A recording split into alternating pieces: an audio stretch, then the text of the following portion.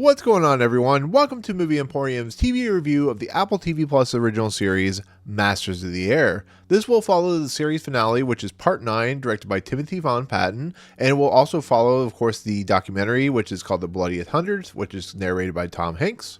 So as you can see, I'm going to talk about the documentary a little bit later. I wanted to kind of mix it in together because it feels like a DVD extra in a lot of respects, but that's not necessarily a bad thing. But I figured talk about it there and so on and so forth. So be aware this is a little bit longer video. So part 9 is the conclusion to Masters of the Air. It wraps up everything in kind of a neat little bow, kind of gives us information about these individuals at the very end, like most of these series do, and gives us a lot for an hour and 17 minutes. I really appreciate what Timothy Von Patten and a lot of the writers and cinematographer and the people behind the series did with this last episode, where it really does feel like something special in a lot of respects. It gives us a lot of great moments, a lot of great action, a lot of great dramatic performances and stuff like that. But like I said earlier, and I understand some of you guys disagree with me, I feel too little too late. And what I mean by that is the series was struggling under its own weight of production value and expense, where I feel like the series never fully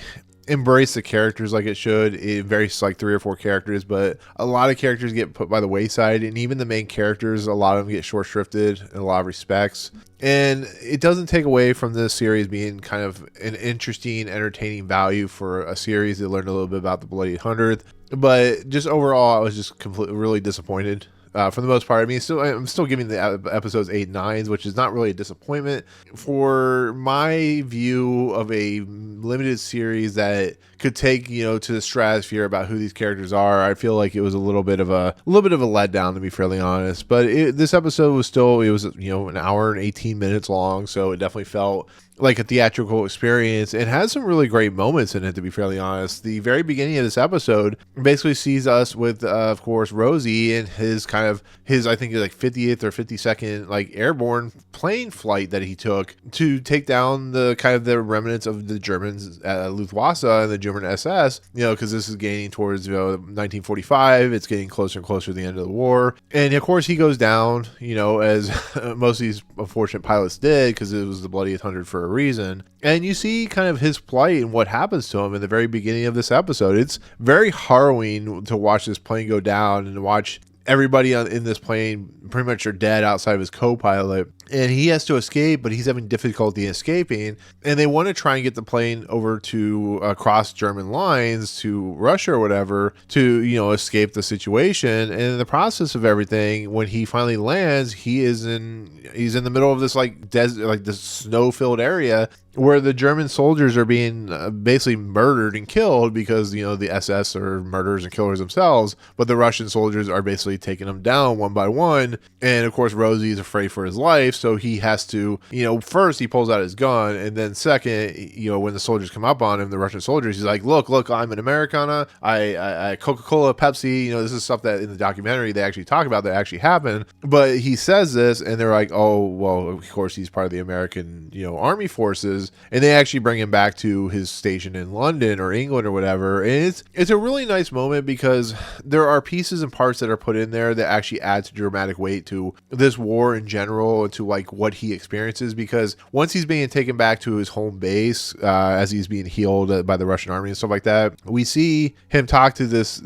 couple, this old man and this young woman who actually speaks English, and he learns a little bit about how devastating this war was, where the guy lost his family. The German soldiers killed all his family, or maybe it was a Russian soldier. I apologize, I may have misheard that. But it's heartbreaking to watch Rosie's face and realize what exactly this war has done on a toll of not just army soldiers in general from all sides, but what is done to the people, the civilians. You can see that in the current Iraqi or the current Israeli and Palestinian war that's going on. You can see with Gaza just how brutal a war can be, and you see that with the Ukraine and Russia currently, and it really hits home. You can tell that there's just a lot of heart being put into that one little story that this old man is telling about his family who he had to bury, and just how heartbreaking it is. And that's what I wanted more out of this series, to be fairly honest. I don't think we got a lot of, to an extent. is just kind of the surface level stuff of this war and kind of the character dynamics of what the war is doing to people. Because you can have all the air battles you want. You can have, I mean, it is a show called Masters of the Air, but you can have all the air battles you want. You can have all the, fighter planes and bombings that you want.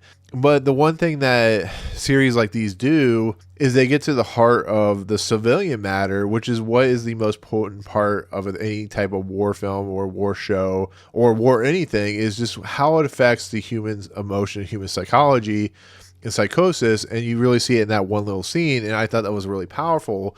And I'm not taking away from the rest of the episode, but that one scene with Rosie and that old man is probably the strongest thing that this series ever did, in general, of like character development, in general, of like how difficult this war was and how devastating it was. And you also see it when he goes into the camp, the concentration camp, and you see all the dead people everywhere, the strewn Jewish individuals, the people that, Hitler and his SS killed. And it's a really brutal thing. It's some of the most potent stuff you'll see in a TV series of what the series is trying to do.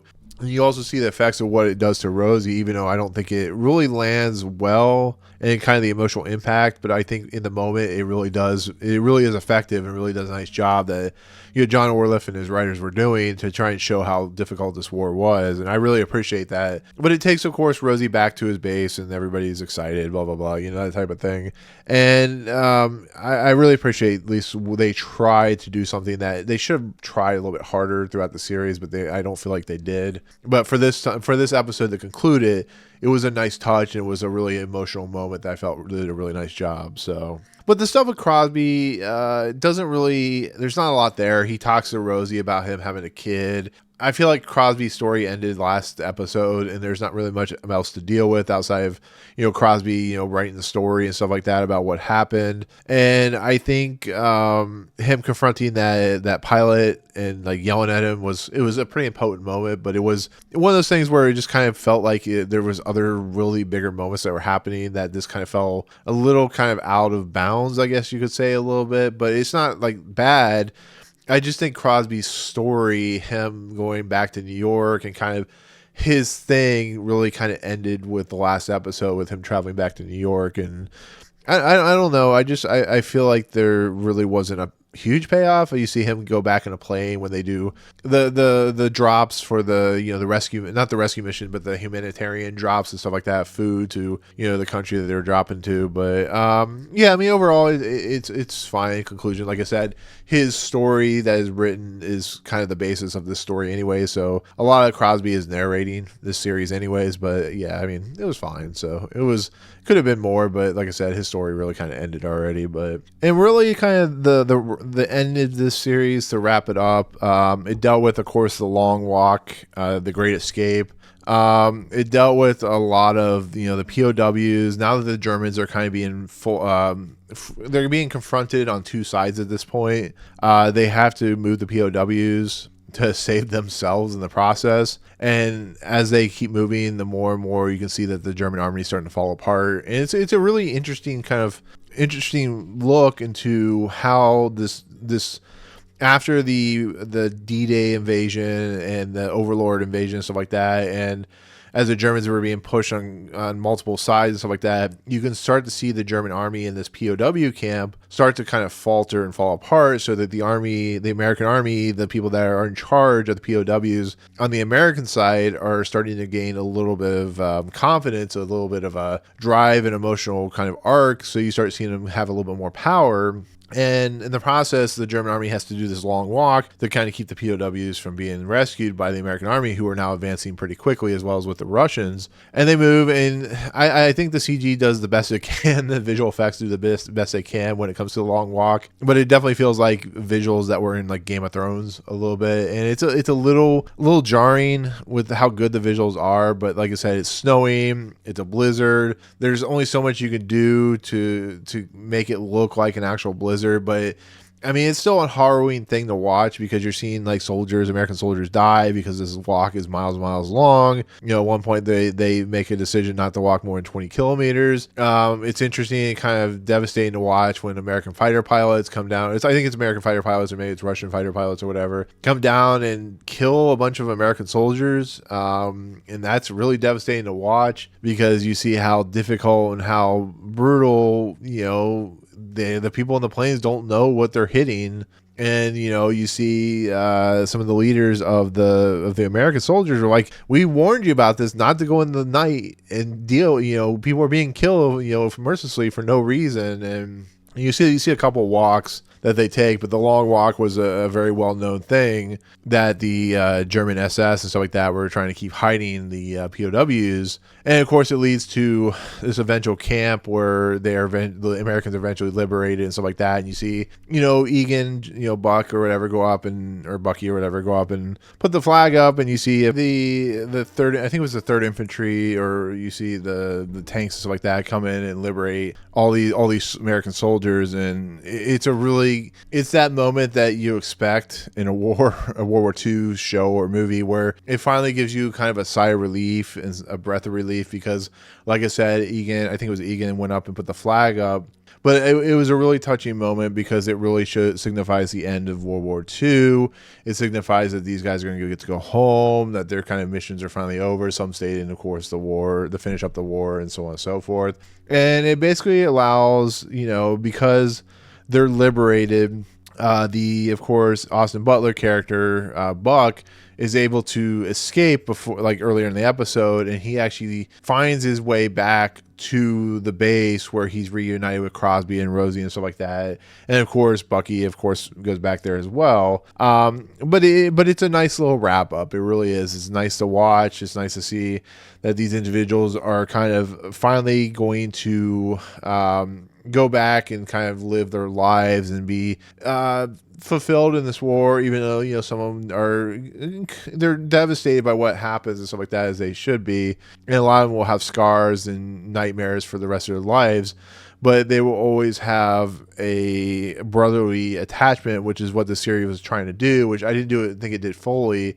but in the end I think it did as well as it could for what is being presented. And you see the wrap up, you see them leaving this base that they've been at for several years now. You see Buck and Bucky go off in a plane, and Rosie and Crosby go off in another plane, and they do the humanitarian mission where they drop a lot of payload with food and stuff like that. And you see Rafferty Law's character finally get to ride in a plane as they're taking off, and it's a nice little wrap up. We learn about these characters and kind of who they were and what they did afterwards. Egan went off to have family, Clevin went off to have family, of course Crosby went off to have family, but he wrote the book, and a lot of these guys went off to do important things. And of course Rosie went off to be part of the Nuremberg trials where he met his future wife, and it basically they're important individuals in the real scenario. And I think it does a nice job with those 4 individuals, giving us a lot of information and who they were. It does a really nice job of character development for them, but like I said, there's a lot of stuff in here that I wish it would have done better. And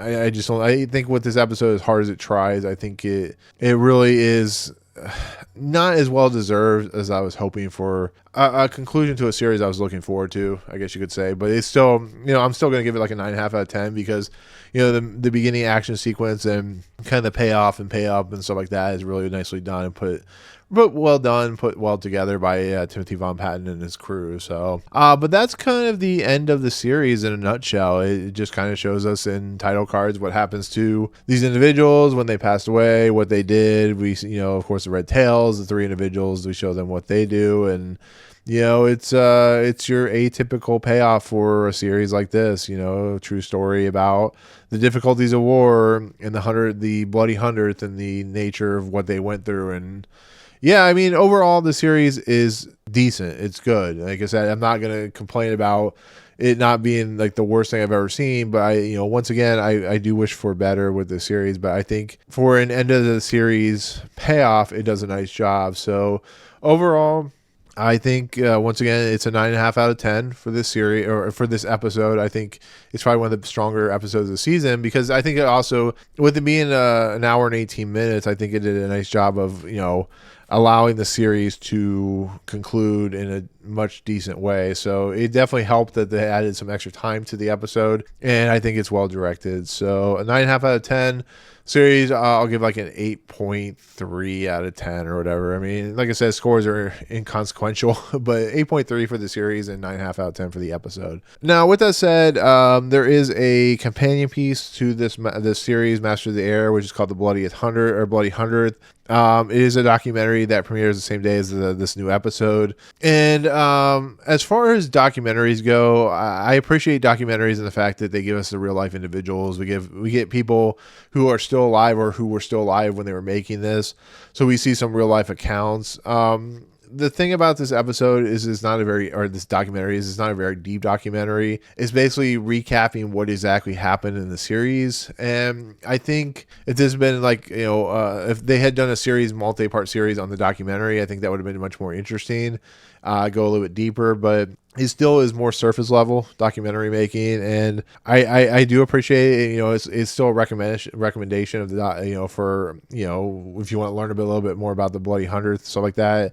Spielberg and Tom Hanks of course show up, and it gives us real life accounts. We see real life footage. We see about the bombers and the planes that helped the bombers out, and what it was like to be in this war, and we see some of the individuals who are portrayed in the series, and it's a nice little companion piece. Like I said, it feels more like a special feature, a DVD extra that they would attach to the series if it were on DVD, which I think kind of takes it down a little bit. But I don't want to discard this documentary because I'm not saying it's bad, because it's not, because it's really good. I just think it feels like something that was put together really quickly to have something as kind of, if you want to learn here, click here if you want to learn a little bit more about this fighter, air kind of the air experience for the planes and stuff like that in World War II, and the individuals. You get to see like real life footage. So that's pretty much it on that documentary. Like I said, if you watch the series, the documentary isn't going to be that surprising or new. It's a little more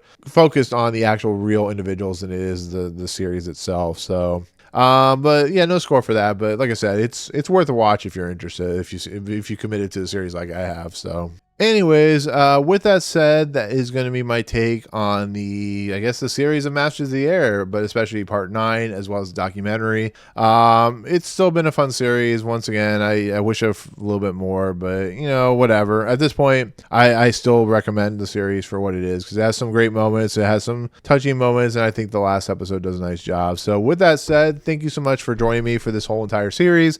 I appreciate it. Thank you for the comments and anybody who watched. Comments below. What do you think of the part 9? What do you think of the series? Overall thoughts, all that good stuff. So anyways, with that said, if you like what you see on this video, hit that subscribe button to join Movie Emporium. Hit that notification bell at top to find what's coming next. If you like the video, awesome. Hit that like button, and we'll see you guys for the next review. Peace out, guys.